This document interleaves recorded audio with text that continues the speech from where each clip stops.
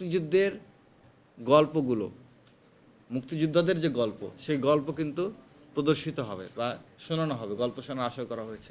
এর বাইরে আপনারা দেখেছেন যে শ্যামল ছায়া নামে যে মুক্তিযুদ্ধের সিনেমাটি রয়েছে, সেটি কিন্তু রাষ্ট্রের সামনে প্রদর্শিত হয়েছে এবং আরও ধারাবাহিকভাবে আমাদের বিভিন্ন কর্মসূচি আপডেট আমরা আপনাদেরকে দিব। আমাদের বিজয় মাসব্যাপী ইতিমধ্যেই প্রায় ডজন খানেক কর্মসূচি ঘোষণা করা হয়েছে, সারা মাসব্যাপী ডজন খানেকের বেশি হবে।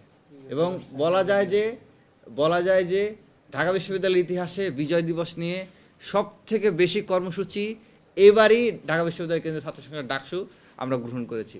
আপনারা দেখেছেন যে আমরা কুইজ প্রতিযোগিতার কর্মসূচি ঘোষণা করেছি। আপনারা দেখেছেন আমরা বিজয় দিবস উপলক্ষে বিজয়ের কথা 2025 শিরোনামে একটি ম্যাগাজিন প্রকাশ করতে যাচ্ছি। আমরা সেখানে গল্প লেখা প্রতিযোগিতা, কবিতা লেখা প্রতিযোগিতা ইতিমধ্যে এবং প্রবন্ধ লেখা প্রতিযোগিতা ইতিমধ্যে আমরা সেটা আরও 10 দিন আগে আমরা এটা উদ্বোধন করেছি। এবং প্রত্যেকটা হলে হলে বই পাঠ প্রতিযোগিতা হচ্ছে। মূলধারার 71, মইদুল ইসলামের বই, বাংলাদেশ রক্তের ঋণ, এই ধরনের বইগুলো পাঠ করার প্রতিযোগিতা অনুষ্ঠিত হচ্ছে। প্রত্যেক হলে হলে কুইজ প্রতিযোগিতা হচ্ছে, প্রত্যেক হলে হলে কবিতা আবৃত্তি প্রতিযোগিতা হচ্ছে, প্রত্যেক হলে হলে দেশাত্মবোধক গান প্রতিযোগিতা হচ্ছে।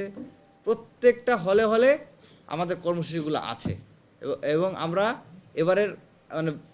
এবারের যেই 16ই ডিসেম্বর মহান বিজয় দিবস, সেটি আপনারা যদি ইতিহাস পর্যালোচনা করেন গত 55 বছরে ঢাকা বিশ্ববিদ্যালয়ের ইতিহাস, এবারে মহান বিজয় দিবস উপলক্ষে সব থেকে বেশি কর্মসূচি গ্রহণ করা হয়েছে। এবং আমরা শুধুমাত্র শেষ না, এখানে আমরা আরও অনেক কর্মসূচি ঘোষণা করব।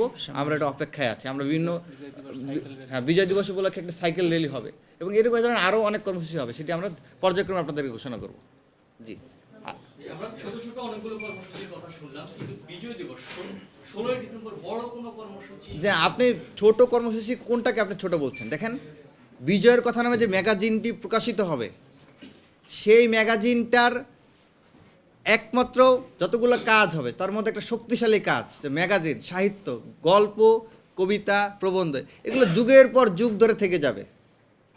এটা থেকে আপনি ছোট বলতে পারেন না। তারপর কুইজ প্রতিযোগিতার মাধ্যমে যারা অংশগ্রহণ করবে তারা মহান মুক্তিযুদ্ধকে যেভাবে জানবে, যেভাবে শিখবে, এর মাধ্যমে তাদের জীবন পুনর্গঠন হবে, তাদের জীবনের পথ চলার নির্দেশ হবে। সেটা তো ছোটো কর্মসূচি হতে পারে না কখনোই। তারপর বই পাঠ প্রতিযোগিতা যেটা বললাম, তারপর আমাদের যে নাট্য উৎসব 3 দিনব্যাপী নাট্য উৎসব, এটা তো বৃহৎ আয়োজন।